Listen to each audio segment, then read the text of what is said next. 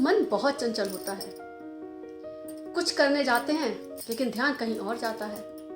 सोचते हैं ध्यान कर लें, पर ध्यान की बजाय हमारा ध्यान होता है हमारी गैस का दूध ना उबल गया हो, मेरी धोवन ना आ गई हो, कपड़े वाले को कपड़े देने हैं, सब्जी आई या नहीं आई, नीचे शॉप पे कोई ग्राहक तो नहीं खड़ा है। इसी कशमकश में हमारा जो मन होता है वो एकाग्रचित नहीं हो पाता और हम अपने कार्य में कुछ असमर्थ रहते हैं। मतलब जिस मंजिल को हमें पाना होता है वो मंजिल हमको जल्दी नहीं मिलती है। जय श्री राधे। आइए जानते हैं इस कहानी के माध्यम से कि कैसे ध्यान को एकाग्रचित करें। एक शिष्य था, उसका मन बड़ा चंचल था, हर समय बंदर की भांति उछल कूद मचाता रहता था। वो जिस काम के लिए भी जाता, पर मन तो मन और वो भी चंचल, वो काम वो पूरा कर ही नहीं पाता क्योंकि उसका मन तो इधर उधर भागता था।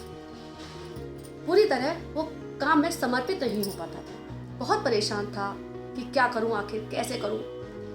तो वो अपने गुरु के पास गया और कहा कि गुरुजी, मैं काम बहुत कुछ करना चाहता हूं और ये भी होता है कि मेरा काम संपूर्ण हो, किंतु पता नहीं मेरा मन बहुत चंचल है तो इधर उधर भागता रहता है।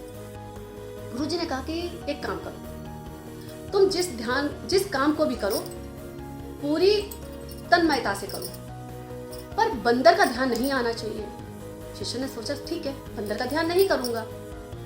वो गया और अपना काम करने लगा। लेकिन अब गुरुजी ने कह दिया था कि बंदर का ध्यान नहीं आना चाहिए, तो उसे काम से ज्यादा और पहले की अपेक्षा बंदर का ध्यान आ रहा था।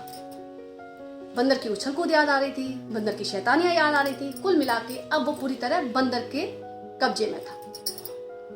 बहुत परेशान होने के बाद फिर गुरुजी के पास आया। कहने लगा, गुरुजी, मेरे को सिवाय बंदर के कुछ नहीं दिख रहा है। आपने कहा कि बंदर का ध्यान मत करो, तो अब मुझे तो सिर्फ बंदर ही बंदर की बातें याद आ रही है, बंदर के कर्तव्य याद आ रहे हैं, बंदर की अटकेलियां समझ में आ रही हैं, पर मेरा काम पूरा नहीं हो पा रहा है।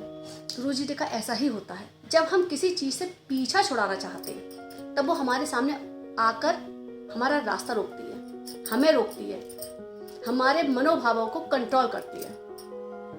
एक काम करो, जिस लक्ष्य की तरफ आप जाना चाहते हो अपनी सारी रचनात्मक कौशल उसमें लगा दो। जब आप सारा ध्यान, सारी रचना अपनी उसी जगह पे लगाओगे, उसी मंजिल पे लगाओगे, उसी लक्ष्य पे लगाओगे, तब आपका ध्यान नहीं भटकेगा। ऐसा ही होता है हमारे साथ। जब हम कोई काम करने जाते हैं और हमारे मन में कुछ अटका होता है, तो हम अपने काम की बजाय उस अटके हुए काम में अपना ध्यान ज्यादा लगाते हैं और वहीं फंसे रह जाते हैं और हम अपना काम पूरा नहीं कर पाते।